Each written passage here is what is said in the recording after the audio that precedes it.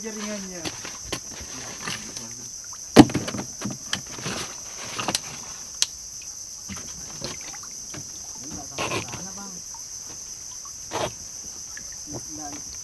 Kami nggak sampai di sana.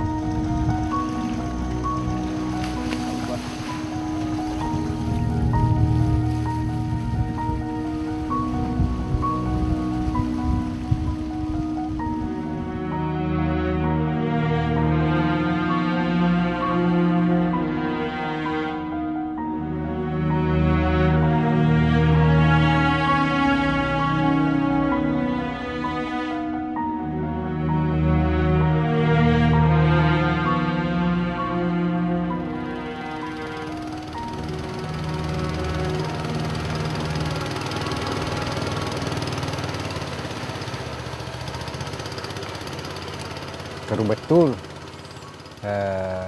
pengaruh batu bara ini. Kalau habis cuci batu bara di atas itu airnya tidak bagus. Keruh betul. Nggak bisa diambil, sedangkan mandi kita ini nggak bisa. Kalau dulu ini sungai ini diminum.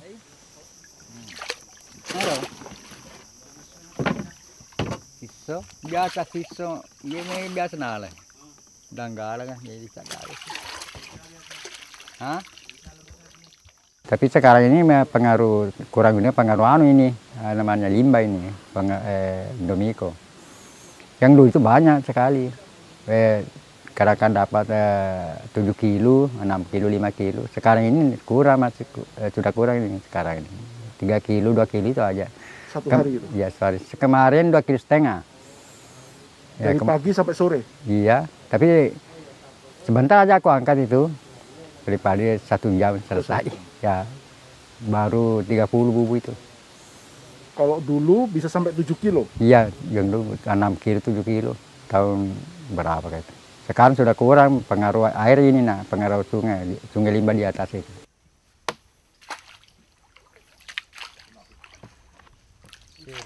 Kencang arus.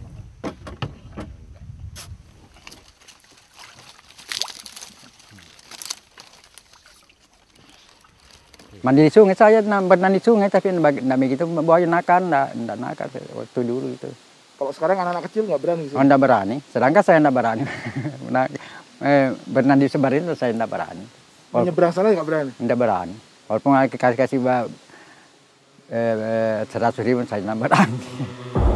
Cucu bapak juga sudah nggak berenang di sini ya? Ya. Cucu bapak sudah nggak berenang di sungai? Tidak bisa. Sudah nggak aman di sungai ya? Sudah ya? Aman sudah. Anak saya itu takut juga di sungai. Jadi sejak bapak, anak bapak, cucu bapak sudah nggak ada yang mandi di sungai? Tidak ada sama sekali, tidak ada. Saya kalau mau turun, sedangkan turun di sini saya larang. Enggak. Warga takut mandi di sungai. Mereka menjauhi sungai sekarang. Karena saat ini sudah 11 orang yang warga yang menjadi korban di mangsa buaya.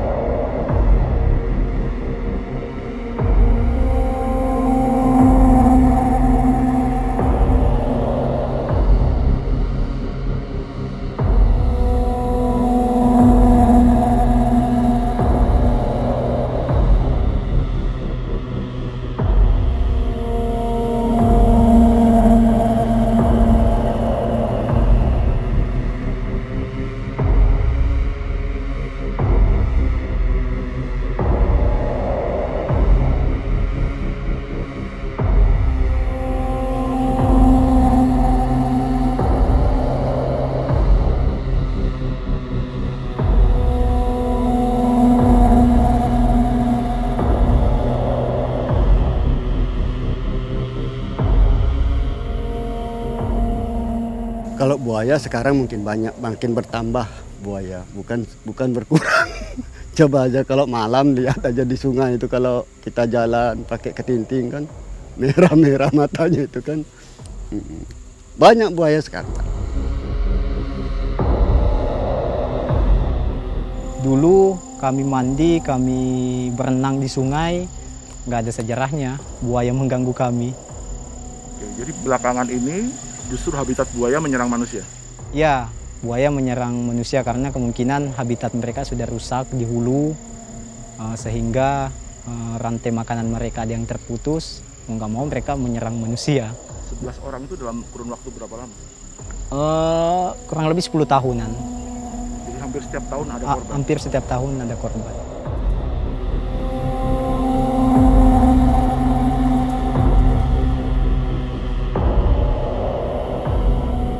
Oh, saya minumnya air sungai.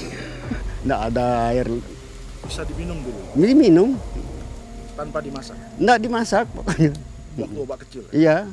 Pokoknya bukan kecil, sudah kawin saya masih minum air sungai, Pak. Tahun 85, 86 itu masih sungainya kita minum.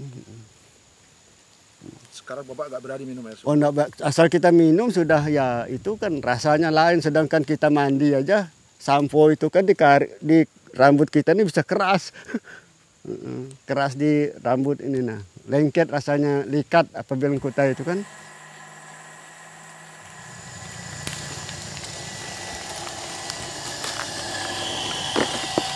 Ini adalah sanyo sebagai mesin penyedot air dari Sungai Santan.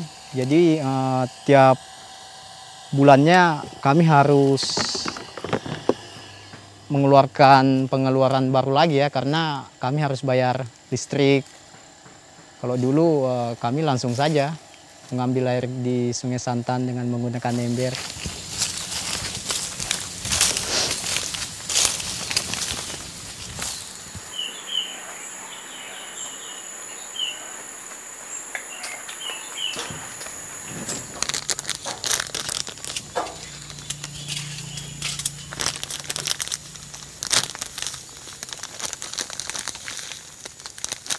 Biasanya kita pakai kaporit untuk menjernihkan air. Jadi air dari sungai sekarang harus pakai kaporit? Iya. Setelah itu sudah layak dipakai mandi? Setelah itu baru layak dipakai mandi dan mencuci. Kalau enggak kan dia airnya berlumpur. Itu tempat bermain. Kalau untuk minum? Untuk minum sudah enggak layak. Kami takut menggunakan air Sungai Santan untuk diminum. Kami harus beli, harus mengeluarkan uang sekitar Rp400.000 per bulannya untuk membeli air galon.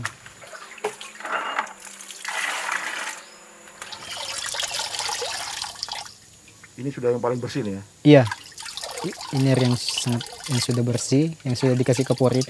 Tapi tetap tidak layak minum? Tetap tidak layak minum, kami takut. Makanya kami tetap pakai air galon untuk minum. Ini hanya kebutuhan untuk mencuci, nggak juga dipakai memasak.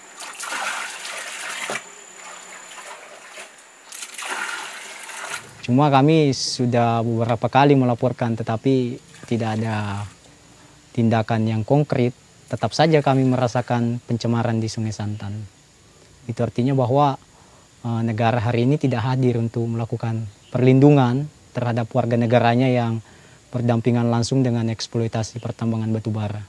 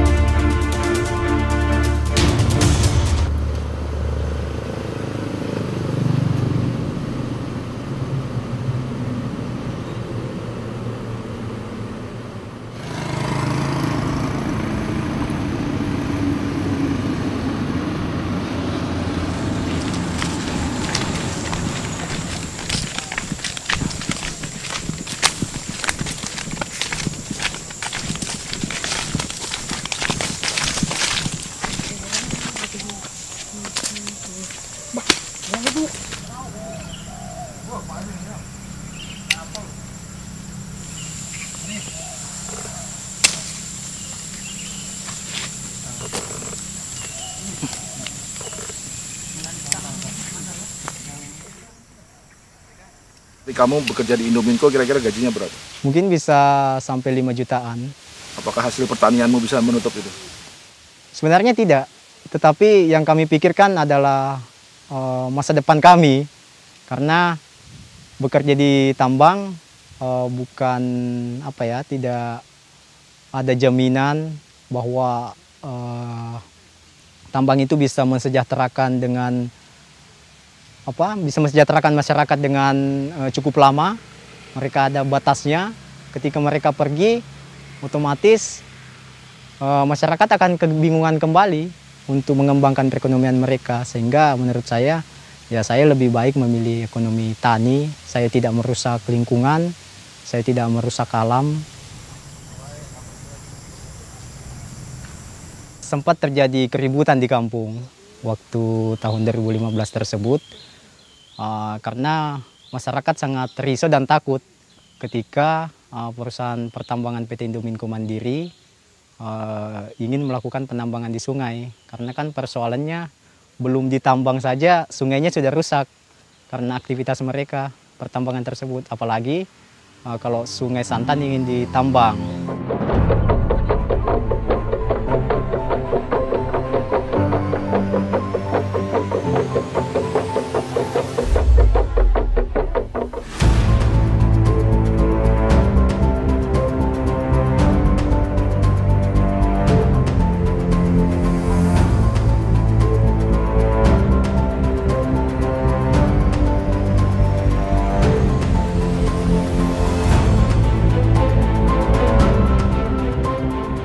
Sebenarnya warga sudah lama bergerak. Misalnya pada tahun 2009, 2011, mereka demo di aktivitas perusahaan terkait masalah pencemaran lingkungan. Tetapi lagi-lagi dari beberapa kali mereka melakukan aksi, hasilnya tidak ada dari respon pemerintah. Sampai saat ini, kita masih melihat bahwa sungai-sungai kita itu masih dikotori akibat dari limbah-limbah dari PT Indominco Mandiri. Kita melihat tidak ada lagi air bersih.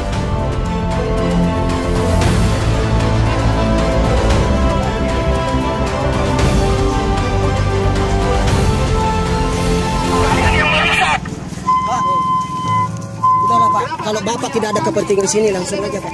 Iya, saya pembinanya anak. Kenapa Pak diinginkan Pak? Iya, karena kalau pembinaannya. Sehingga di 2015 menurut kami sudah sangat keterlaluan ya pihak perusahaan, karena sungai yang menjadi urat nadi kehidupan kami sekarang mau ditambang.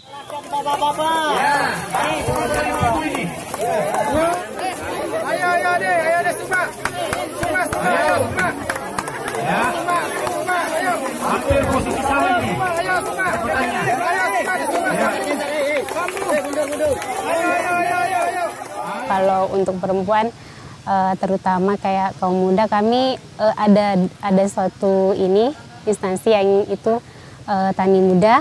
Jadi kami mengumpulkan anak-anak sekolah untuk bersama-sama melawan bagaimana sih kita mencegah supaya penambangan yang ilegal ini tidak terus berlangsung ya.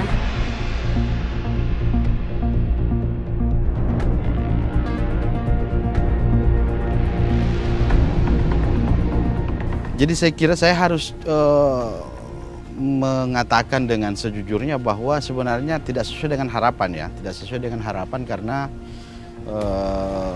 dengan keberadaan perusahaan di sekitar sini sangat kecil ya, sangat sedikit warga kita yang direkrut untuk bekerja. Bahkan kalau mau dipresentasikan mungkin 0, ya. 0, ya, kalau menurut saya kira-kira seperti itu, karena selama ini juga barisan pengangguran ini makin banyak gitu kan. Sementara saat ini perusahaan yang ada ya banyak pengurangan gitu kan. Sehingga ya semakin menjadi persoalan gitu kan.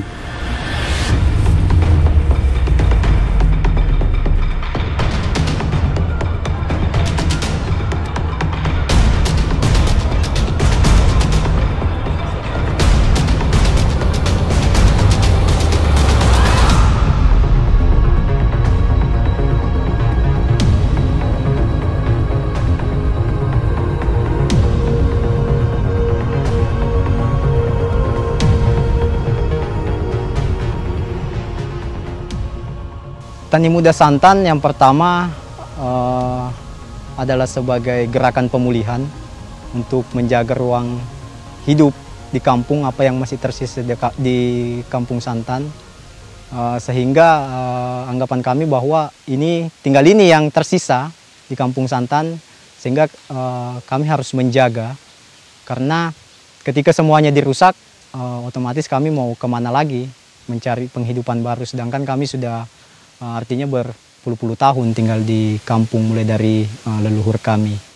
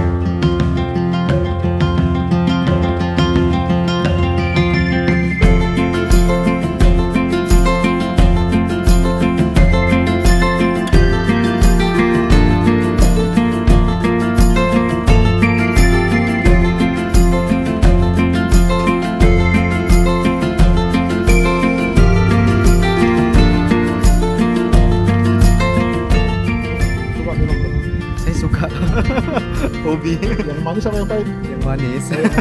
Yang pahit? Enggak.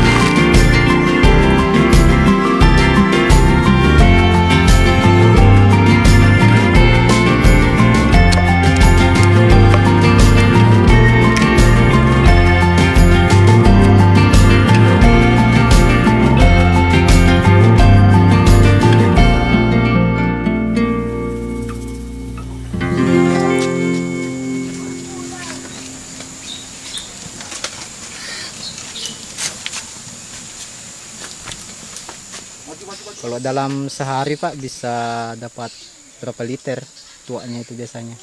Kalau sekali nyadap? Mungkin ada ya 10 liter lah. 10 liter. Kalau dijadikan gula berapa biji dapatnya? Biasa ya itu dari tadi.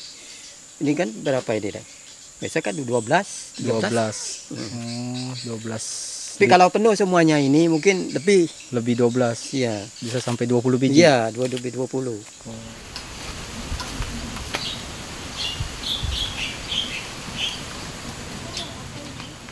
Berarti sehari penghasilan Bapak berapa kira-kira untuk penghasilan pembuatan gula merah? Sehari? Iya. Biasa kan dapat ada 100.000 penghasilannya ya. 100.000 sehari? Iya, gitu. Waktu Bapak diatur enggak? Diatur juga. Tapi Bapak sendiri yang ngatur? Iya. Jam kerjanya ya? Iya, jam kerjanya. Misalnya sudah mendidih, kita mau kerja tinggalkan aja sudah. Cuma apinya jangan dikasih mati, karena banyak tanunya kan tawannya tadi. Iya. Itu madunya. Berarti buat gula aren ini hanya pekerjaan sampingan? Iya, sampingan. Berarti 100.000 per harinya untuk kerjaan sampingan pembuatan gula merah ya Pak? Besar Pak, kalau sebulan 3 juta dong? Iya memang agak besar, cuma mungkin ini ada agak panas lah. Kira-kira uangnya tidak seberapa habis. Iya, tapi kan cukup untuk kebutuhan di rumah cukup, ya Pak. Cukup aja kebutuhan kita sehari-hari. Iya.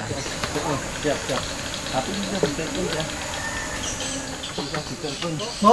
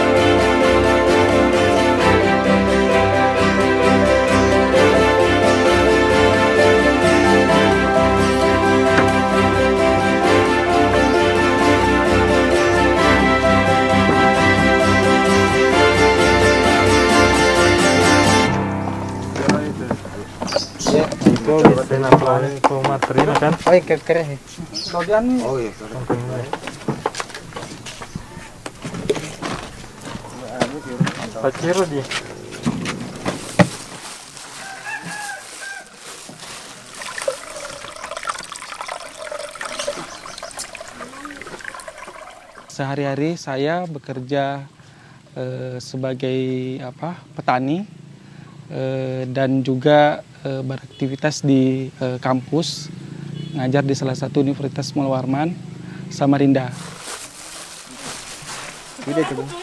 Oke.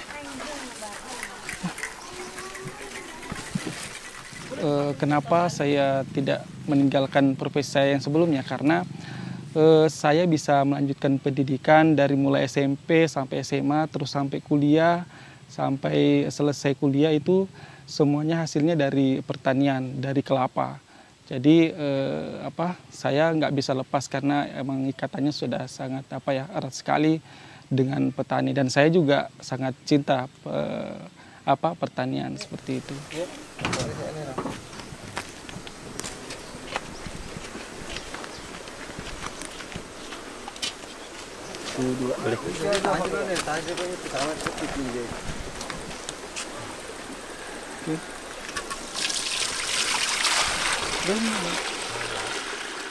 Kalau misalnya masyarakat tidak melakukan perlawanan, tidak melanjutkan ekonomi mereka, misalnya mengembangkan pertanian kelapa, maka kemungkinan akan tergerus nih pertanian ini, karena korporat semakin hari dia terus mengajukan terus perpanjangan pertambangan gitu. Realitanya sekarang sudah banyak yang dipecat karena lagi turun pertambangan, dan akhirnya mau nggak mau mereka kembali lagi ke pertanian. Jadi kalau dari saya sebenarnya yang paling penting adalah bagaimana anak-anak muda ini tetap harus mengembangkan pertanian seperti itu. Oke. Makanya penting bagi anak-anak muda sebenarnya terus mendorong bagaimana ekonomi kelapa ini terus berkelanjutan seperti itu. Contoh misalnya kita hari ini melakukan membuat minyak kelapa, terus ada membuat kopra dan lain-lain, itu bagaimana caranya agar ekonomi kelapa ini tetap bisa mengimbangi kelapa sawit, karena hari ini kelapa sawit makin masif gitu berkembang di masyarakat, dan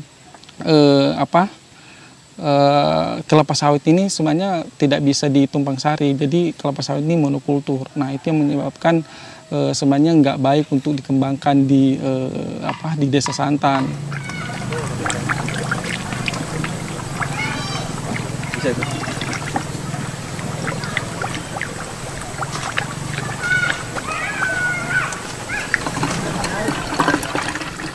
Dulu kelapa itu sangat besar ya, jadi banyak yang sampai kuliah ke luar negeri, terus banyak yang naik haji, banyak juga yang bergigi emas gitu. Salah satu contohnya adalah nenek saya. Hari ini mungkin hanya satu-satunya yang hari ini masih ada yang bergigi emas gitu. Jadi kelapa itu dulu pernah berjaya, dan kita mengajak semua anak-anak muda sebenarnya bagaimana agar masyarakat itu tetap untuk bertahan dan mengembangkan kelapa sebenarnya seperti itu.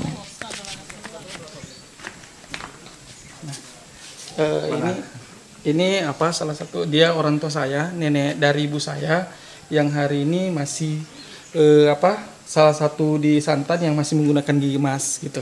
Nah bisa dilihat, ayo Dok, senyum Ki Dok. Senyum ya, apa sih Dok. Nah, ini apa sedang ya. Berapa gram satu gigi? Gram Dok, biasa Dok.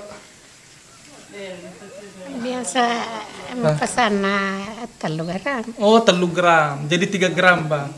3 gram, jadi 3 gigi 3 gram juga. Gigi emasnya. Kalkulasi ekonomi kelapa gini, sebenarnya kelapa itu kan dia dipanennya 3 bulan sekali gitu kan. Dan ini sebenarnya sudah dipraktikkan oleh orang tua kita terdahulu, bahwa kenapa mereka bisa naik haji, terus kenapa misalnya anak-anaknya bisa kuliah sampai ke luar negeri, sampai sekarang sudah banyak yang sukses kayak gitu kan.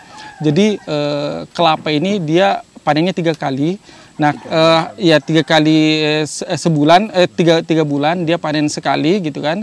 Terus uang ini disimpan, jadi uang itu nggak kemana-mana, jadi disimpan. Terus misalnya dari kopi, terus dari jagung dan sebagainya. Nah itu yang biaya hidup mereka sehari-hari. Jadi uang ini tetap tersimpan dengan ini aman gitu.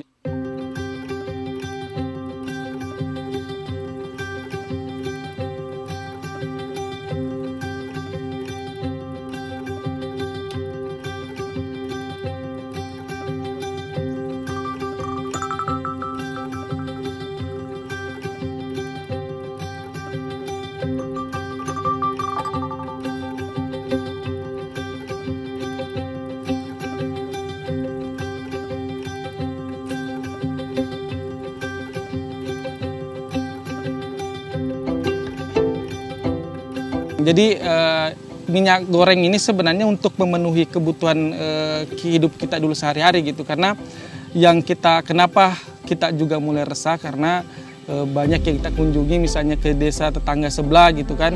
Ketika kita masuk di rumahnya yang muncul bemoli gitu. Nah hari ini di Dusun Handil 3 yang masih kelapanya yang masih lumayan banyak. Jadi kita pengen agar mereka terus mengkonsumsi minyak kelapa, karena minyak kelapa ini juga baik untuk kesehatan, beda dengan minyak dari kelapa sawit.